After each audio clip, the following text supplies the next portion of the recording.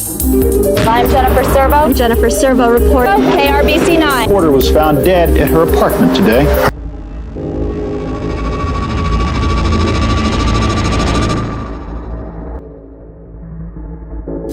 22-year-old Jennifer Servo grew up in Columbia Falls, where she joined the Army Reserve at 17 years old. She graduated from high school in 1998 and went on to study broadcast news at the University of Montana. While conducting her studies, she worked at KUMF Radio, as well as KPAX TV and KCI TV. In 2002, Jennifer graduated from the University of Montana.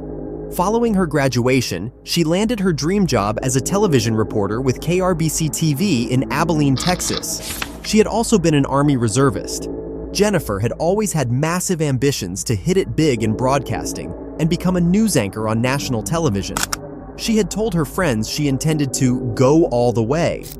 Bill Knowles, chairman of the radio and television department at the University of Montana, said, "Her goal was to be Katie Couric. She would have made it. She was that good. She had that kind of drive. She understood how to find people to tell the story." On the 18th of September, 2002, Jennifer failed to show up for work. When she was a no-show, her coworkers attempted to make contact, but all phone calls went unanswered. One of her coworkers drove over to her apartment in Abilene. Jennifer's car was parked outside, but when the coworker knocked on the door, Jennifer failed to answer. The coworker was concerned and reported back to KRBC News Director, Toby Dagenhart. Dagenhart called up Jennifer's landlord, who entered her apartment with the spare key. He called out Jennifer's name, but was met with silence. Jennifer. He proceeded through the home and then entered the bathroom to find Jennifer's lifeless body. He could immediately see that Jennifer was deceased. She had cuts and abrasions all over her face and head. The landlord immediately called police, who responded to the home within minutes. Investigation at Jennifer's apartment revealed that there was no sign of forced entry, but there appeared to be several items that had been stolen, including her cell phone, DVDs, and a purse. An autopsy confirmed that Jennifer had died of strangulation and blunt force trauma to the head. It was also determined that she was most likely killed on the 16th of September, and she had also been sexually assaulted. In a bizarre coincidence, this was the second murder at the same apartment complex in the same year. There was also a KRBC connection with the other murder. Alan Wayne Brubaker was charged with killing his roommate, Russell Crowley, with a hammer in the same apartment complex. After the murder, Brubaker cycled to KRBC and confessed to the murder to employees. On the 26th of September, around 300 people shuffled into the Northridge Lutheran Church to bid her one final farewell. The lobby of the church was filled with photographs depicting Jennifer's life. It included photographs of Jennifer as a cheerleader at Columbia Falls High School and as a graduating senior from UM. On a nearby rack, her blue high school letter jacket and her green Army Reserves jacket hung proudly. During his eulogy, UM radio television professor Bill Knowles said, "She was known and loved by everyone around her and everyone who taught her."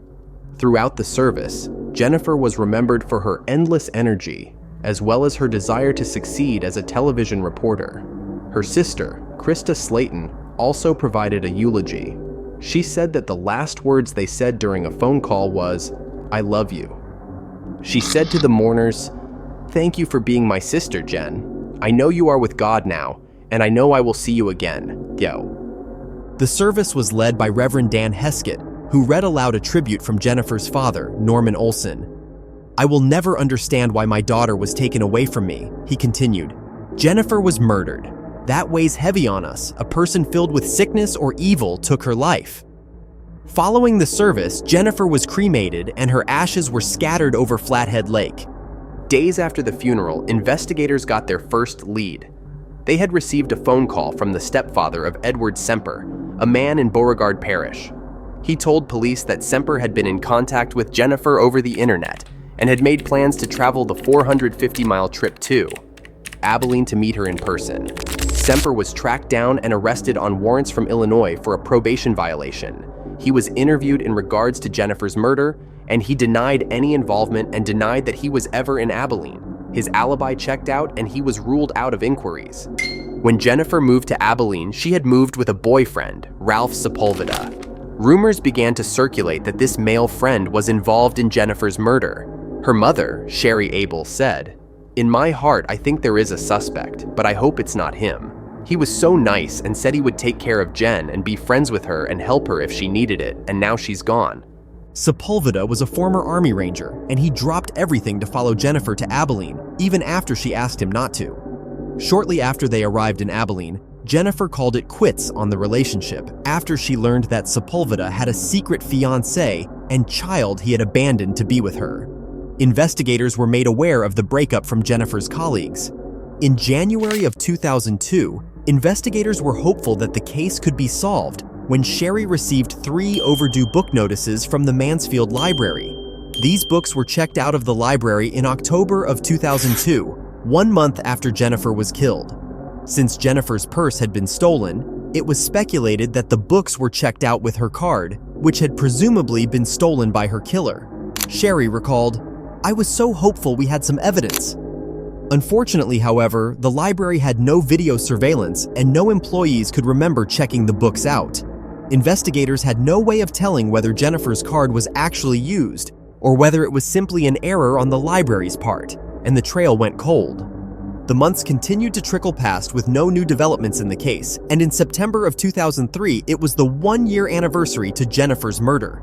Investigators had followed up a handful of leads and tips, but there was not enough concrete evidence for any charges to be filed. On the 18th of September, 2003, Detective Jeff Bell implied they had a main suspect but a lack of evidence. He stated, "I know a lot, but the hard part is being able to prove it in court." Another person of interest was publicly identified in September of 2007. Brian Travers had worked with Jennifer at the news station, and he and Jennifer had been romantically involved. Investigators announced that Travers had cooperated throughout all of the investigation, and they had verified facts from his story. Nevertheless, Detective Bell said, "He's still not to where we can say we're sure he had nothing to do with it." Travers professed his innocence and told the Chattanooga Times Free Press that he understood why investigators were looking into him and why they couldn't rule him out. He revealed that he was the last person to see Jennifer alive, other than the person who killed her. Jennifer's family stood by Travers, with Sherry stating, "I'm positive that Brian had nothing to do with Jen's murder.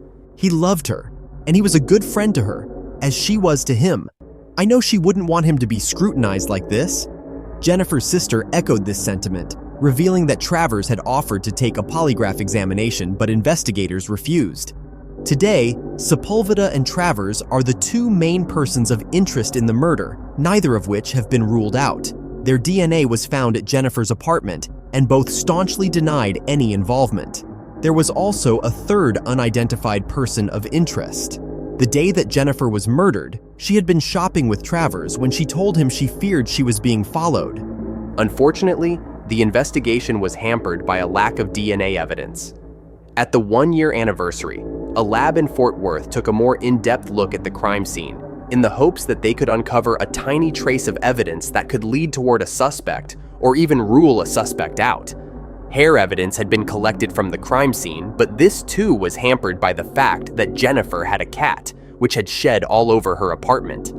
The uncertainty has been unbearable on Jennifer's family, who are left with the wave of emotion of grief that comes with an unsolved case. Her mother, Sherry, once said that she prays each night that the killer of her daughter will one day be caught. She stated, "I won't give up until it's solved. It will be solved."